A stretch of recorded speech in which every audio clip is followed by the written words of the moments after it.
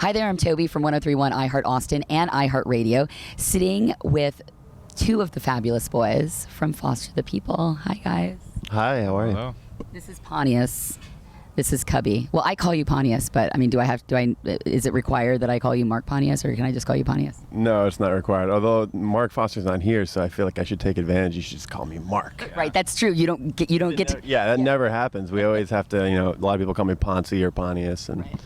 yeah. Okay, well, we'll call you Mark. It'll be official today. So we're obviously here at South by Southwest, and we're here to talk about the new record, Supermodel. Everybody's excited. Everybody's buzzing about it. I mean, your debut record, Torches, is still one of those things that it's in regular rotation. It's just such a perfect start to finish record. Were you guys ever stressed out about the whole sophomore slump? I mean, I would feel totally stressed out, but you're knocking it out of the park with the single, so you don't have to worry about it. But were you worried about it? Yeah, I think, maybe a little bit in the beginning. A lot of it was kind of on Mark's shoulders. He going into it, I think, was a little bit nervous in the beginning, and it is natural to feel that way in the second record. But I think we quickly, put a lot of that aside and just kind of try to get back in that headspace of being creative for ourselves, not for anything else, not to try to make some record that people were expecting, And once we got in that headspace, it was great. I think we kind of hit a stride and got busy, and it worked out. So, did you do anything different when you were making this record? I mean, obviously it's a much different situation because you're in a much different place as a band. But what did you do differently when you were doing this record? Yeah, this record was unique in that we were kind of a band recording this record. The first time around, we were.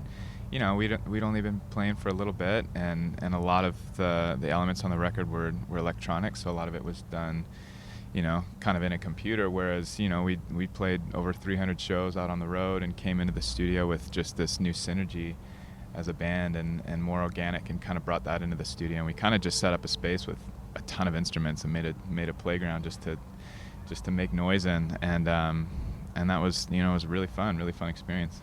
That's what I noticed. I'm sure for the people that are watching have at least seen footage of it online. You guys did a big show in downtown Los Angeles, the unveiling of the mural of the cover of the album, and that's the one thing I noticed when you guys were playing the new songs. I was like, wow, they sound like.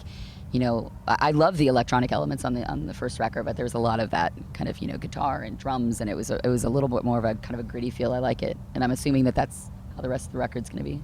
Yeah. I haven't heard it yet.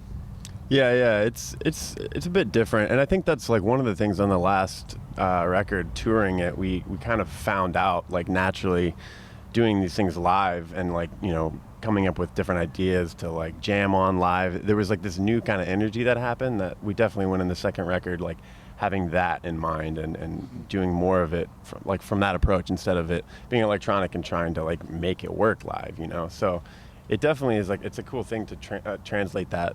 This record live is going to be very, very natural, and it's more guitar driven. There's still a lot of percussion and things like that. So we don't want to eliminate your job. Of course. No, not at all.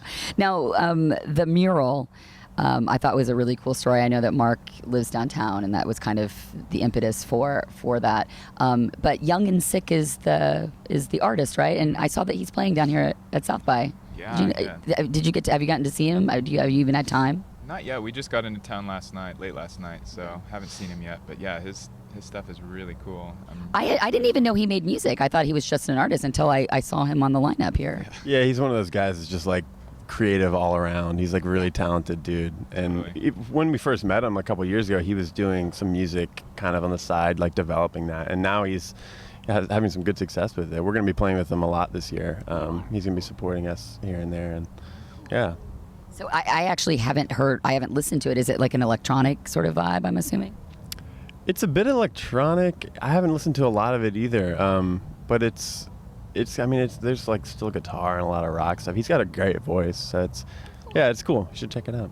I'm going to check it out. It's on my list of things, take away from South by. I make little notes in my phone, check this out, do this, whatever. Speaking of South by, does it seem different this year? Isn't it kind of a little over the... You guys just got in last night, though, so you haven't even been out in the madness yet, have you? No. It's just cold. That's all I know that's different. Yeah. That's weird. Yeah.